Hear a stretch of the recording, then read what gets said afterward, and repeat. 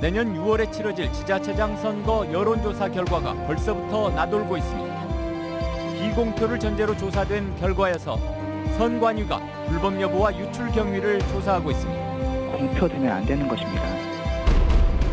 일제강점기 해군기지 시설로 추정되고 있는 여수 해안가의 벙커들. 적극적으로 조사하고 보존해 역사를 기리는 공간으로 활용해야 한다는 주장이 잇따르고 있습니다. 교육문화 체험 현장으로 조성해야 한다는 다가오는 10월 우주로 향할 한국형 우주발사체가 연소 성능에서 최종 합격점을 받았습니다. 문재인 대통령도 시험을 직접 참관한 뒤 우주 강국의 꿈을 실현해 줄 것을 연구진에 당부했습니다. 여수산단 주요 입주 기업들이 오염물질 측정치 조작 사태와 관련한 조사 계획과 용역비 납부 요구에 대해 수용하지 않겠다는 입장을 밝혔습니다. 한국에너지공대 특별법이 국회를 통과하면서 세계적인 에너지공대가 내년 나주에서 개교할 수 있게 됐습니다. 여러분 안녕하십니까? 목요일 밤 여수 MBC 뉴스데스크입니다.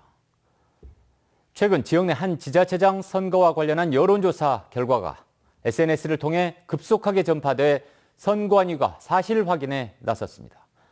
문제는 비공표를 전제로 조사된 결과여서 선거법 저촉의 소지가 크다는 겁니다.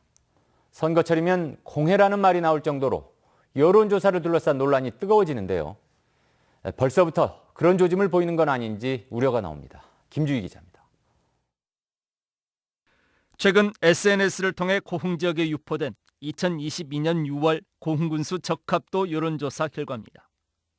성, 연령, 지역별 교차 분석을 통해 현 고흥군수를 포함한 6명의 출마 예상 후보들에 대한 차기 고흥군수 적합도를 묻고 있습니다.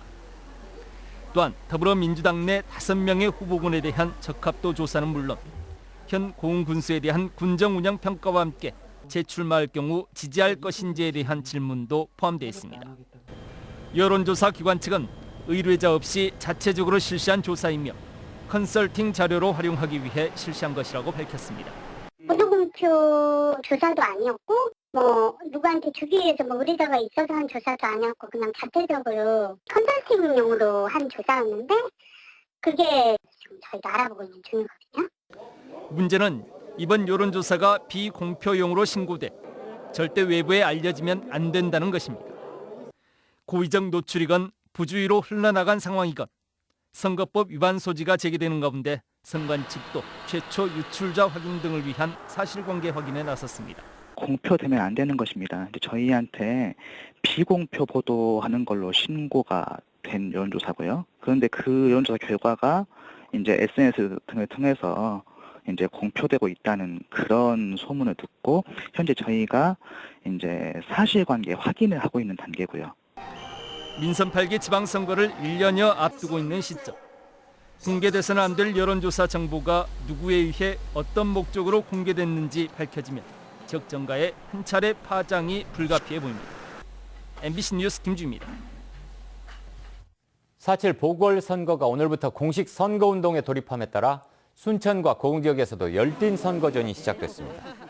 오늘 아침 순천시 1선거구에서는 민주당 한춘옥 무소속 주윤식 후보가, 고흥군 제2선거구에서는 민주당 박선준 무소속 정순열 후보가 지역 내 재래시장 등지를 돌며 유권자들과 만나 지지 호소에 나섰습니다. 특히 순천 도의원 1선거구에서는 특정 후보에 대해 부동산 투기 의혹이 제기되는 등 초기부터 네거티브 선거 조짐도 보이고 있습니다. 한국의 독자적 우주발사체 누리호의 최종 연소시험이 성공했습니다. 한국항공우주연구원은 문재인 대통령이 참석한 가운데 오늘 오후 고흥 나로우주센터에서 실시된 최종 종합연소시험에서 1단 추진기관이 130초간 정상적으로 가동되면서 성능 검증 시험을 무사히 통과했다고 밝혔습니다. 문 대통령은 이번 종합연소시험의 성공으로 사실상 누리호의 개발이 완료되고 이제 최종 조립과 실제 발사만 남았다며 오는 10월 누리호 발사까지 차질 없이 성공해 우주 강국의 꿈을 실현해 줄 것을 연구진에 당부했습니다. 지난달 여수 곳곳에서 일제 해군 기지로 추정되는 벙커가 발견됐다는 소식 전해드렸는데요. 오늘 여수시 의회에서 지역의 역사를 기리는 자산으로 이 벙커를 활용해야 한다는 주장이 나왔습니다. 강서영 기자입니다. 여수시 신월동 공사 현장에서 일제강점기 당시 해군기지로 추정되는 수십 미터 길이의 벙커가 발견된 건 지난달. 이외에도 비슷한 벙커들이 여수 곳곳에 있는 것으로 드러났지만 여수시가 그간 벙커의 문화재 등재를 단 한 차례도 추진하지 않은 사실이 조명되면서 논란이 일었습니다. 새로 발견된 벙커와 연결됐던 입구 부분입니다. 보도 한 달여가 지났고 벙커의 보존과 연구 필요성이 높아지고 있지만 보시는 것처럼 지금은 시멘트로 완전히 막혀버렸습니다. 이런 가운데 여수시의회 권석환 의원은 오늘 열린 임시회에서 시정부가 벙커들을 근대 문화유산으로 보존해 활용해야 한다고 주장했습니다. 비슷한 인근 도시인 목포와 군산의 등록문화재가 23건 이상인데 비해 여수는 단 8건에 불과하다는 겁니다. 지역에 남아있는 소중한 역사 자산인 만큼 일제강점기 군사시설을 보존해 교육, 문화, 체험 현장으로 조성해야 한다는 목소리가 높고 있습니다. 권 의원은 여순 사건을 일으킨 14연대가 해당 기지에 주둔했다는 역사적 사실도 언급하면서 벙커를 일제강점기 유적 외에도 여순 사건 등 지역의 역사를 기리는 공간으로도 활용 가능하다고 덧붙였습니다. 여순 사건 특별법 제정 시 나무공원과 함께 평화공원으로 조성하여 시민의 품으로 돌려주는 방안도 고려해볼 만합니다. 한편 여수시는 벙커 활용과 관련해 전라남도와 문화재청 문화재위원회 초청해 자문을 구한 상황이라며 자문 결과를 지켜본 뒤 벙커의 향후 활용 여부를 결정하겠다고 밝혔습니다. MBC 뉴스 강서영입니다.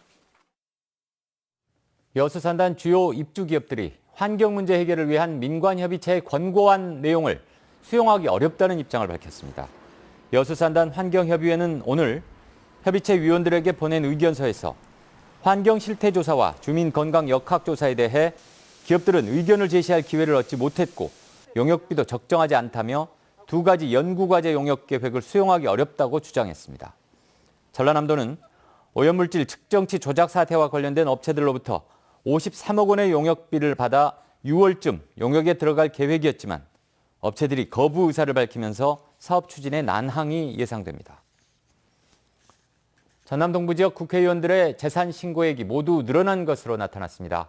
국회 공직자윤리위원회가 공개한 자료에 따르면 김혜재 의원의 재산 신고액은 직전 신고액보다 10억 원 증가한 49억 3천만 원으로 광주 전남 국회의원 가운데 가장 많았습니다.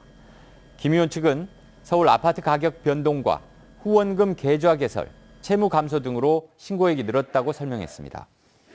한편 주철현 의원은 23억 3,500만 원, 소병철 의원은 35억 1,600만 원, 서동용 의원은 5억 9,400만 원, 김승남 의원은 5억 900만 원을 신고해 직전 신고액보다 적게는 9천만 원, 많게는 2억 5천만 원 증가한 것으로 집계됐습니다. 도내 재산 공개 대상 공직자들의 신고재산 평균액은 8억 6천만 원으로 지난해 평균에 비해 4,600만 원 정도 증가한 것으로 나타났습니다. 도내 전체 대상자 327명 가운데 65%인 213명의 재산이 늘었으며 주요 증가 요인은 부동산 등의 공시지가 상승과 주식가액 상승 등이었습니다. 한편 전남 동부 지역 시장 군수의 경우 권오봉 여수시장이 17억 2천만 원, 허석 순천시장 8억 1천만 원, 정현복 광양시장 31억 1천만 원, 송귀근 고흥 군수는 20억 원이었습니다. 서울에 거주하는 시민이 여수에서 확진 판정을 받았습니다. 여수시 보건소는 여수로 여행을 온 서울 거주자 한 명이 진단검사 결과 양성으로 판명돼 순천의료원으로 이송했다고 밝혔습니다. 해당 확진자는 최근 종로구 확진자와 접촉한 것으로 알려졌으며 관내 동선은 없다고 설명했습니다. 네, 한국에너지공대 특별법이 제정되면서 대학 설립과 개교를 위해 10개월여 동안 숨가쁜 일정이 진행됩니다. 먼저 유능한 교수진과 우수한 인재를 뽑아야 하고 막판까지 논란이 됐던 부형 특혜 시비도 반드시 해결해야 할 과제입니다. 이계상 기자입니다. 올해 9월 준공을 목표로 에너지 신기술 연구소 신축 공사가 한창입니다. 현재 공정률은 50%로 건물이 모두 완공되고 나면 한국에너지공대 교육시설로 임시 활용됩니다. 에너지공대 특별법이 제정됨에 따라서 내년 3월 개교를 위해 법정 필수시설 건립도 본격화되고 있습니다. 캠퍼스가 들어설 부영 골프장에는 연면적 4,000제곱미터의 본관 건물 신축 공사가 오는 5월에 시작되고 내년 2월쯤 임시 사용 승인이 날 예정입니다. 특별법 제정에 맞춰 시행령 제정 작업 역시 속도를 내고 있고 기존 사립학교법이나 고등교육법이 아닌 특별법을 통해서 대학 특수법인 설립 등기도 빠르게 추진됩니다. 후속 법령인 시행령을 오는 4월에 조기에 마련하고 법인 등기 등 특수법인 설립과 대학 모집 요강 공고를 금년 5월까지 마무리하겠습니다.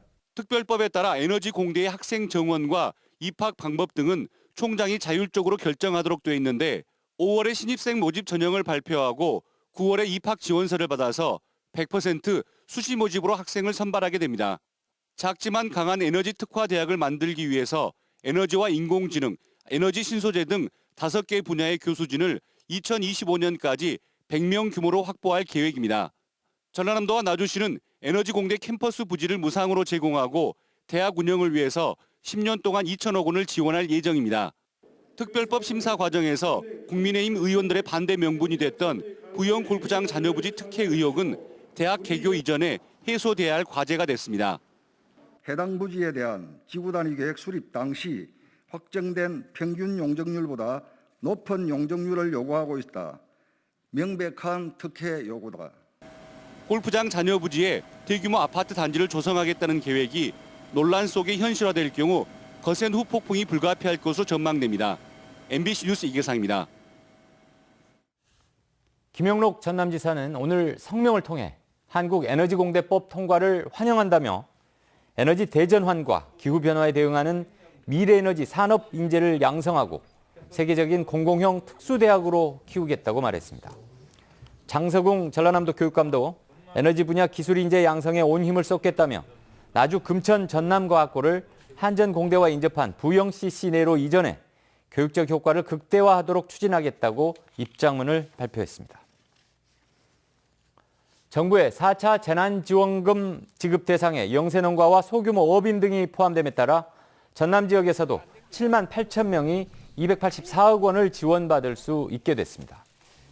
전라남도에 따르면 최근 국회 본회의를 통과한 4차 재난지원금 지급 대상에 포함된 0.5헥타 미만 영세농가와 소규모 어민은 각각 30만 원씩, 화훼재배농가와 학교급식 납품농가, 말사육농가, 농촌체험 휴양마을은 각각 100만 원이 지원됩니다.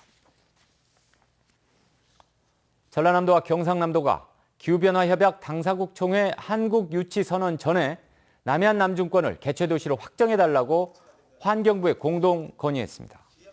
전남과 경남은 지난달 COP28 유치위원회 정기총회에서 양 도지사와 7명의 시장 군수가 서명한 이 같은 내용의 건의문을 오늘 환경부를 방문해 직접 전달했습니다.